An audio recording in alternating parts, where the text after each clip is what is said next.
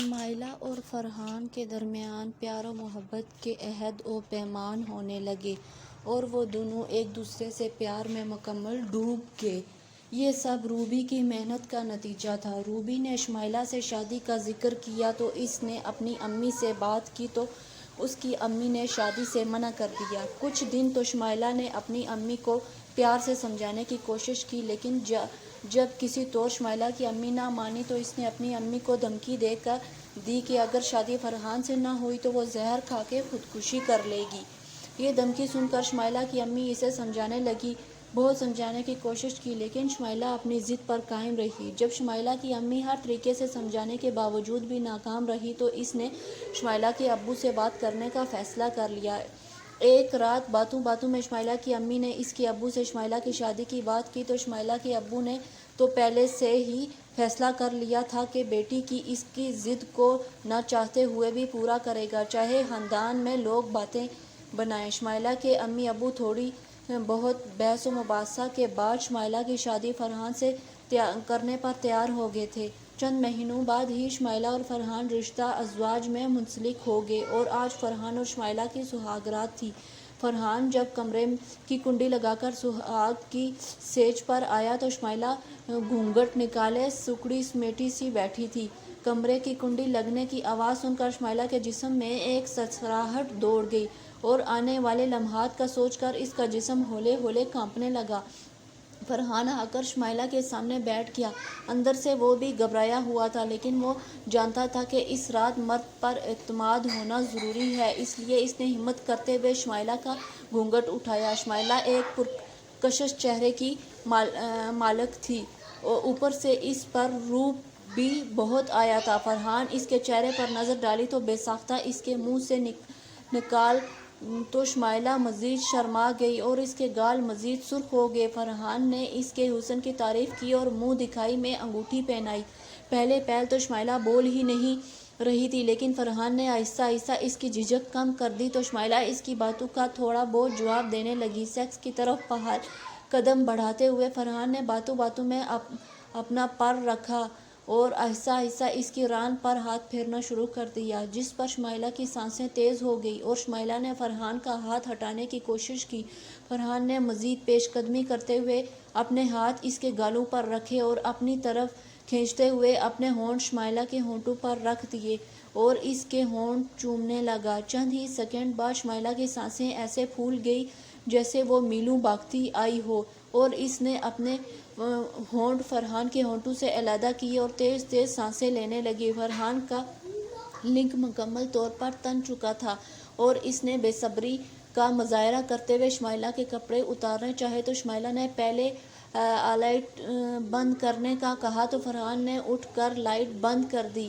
اب کمرے میں مکمل اندھیرا تھا۔ شمائلہ نے لہنگا وغیرہ روبی کے کہنے پر فرحان کے آنے سے پہلے ہی بدل لیا تھا اور وہ سرخ رنگ کی شلوار قمیض میں ملبوس تھی۔ فرحان نے بیڈ پر جاتے ہی سب سے پہلے شمائلہ کے کپڑے اتارنے شروع کیے۔ سب سے پہلے فرحان نے شمائلہ کی قمیض اتاری اور اس کے مسمہ پر ہاتھ رکھ دیا۔ شمائلہ تھی تو دبلی پتلی لیکن اس کی چھاتیاں بہت جاندار تھیں۔ فرحان نے شمائلہ کا ریزہ اوپر کیا اور اس کے مسمہ کو دبانے لگا۔ شمائلہ کے چھوٹے چھوٹے نپل بھی کھڑے ہو گئے۔ فرحان نے 1-2 منٹ شمائلہ کے نپل پر ہاتھ پھیرا اور انہیں دبایا اور پھر شمائلہ کی ایک مسمہ منہ میں بھر کر چوسنے لگا۔ فرحان کی کوشش تھی کہ شمائلہ کے سارے کا سارا رس منہ میں بھر لے لیکن چھاتی بھاری ہونے کی وجہ سے ایسا نہ کر سکا۔ شمائلہ پہلی بار لذت کی گہرائیوں میں ڈوب رہی تھی اور اسے یہ مزہ برداشت نہیں ہو رہا تھا۔ وہ مزے کی شدت سے اپنا سر ادھر ادھر پٹک رہی تھی۔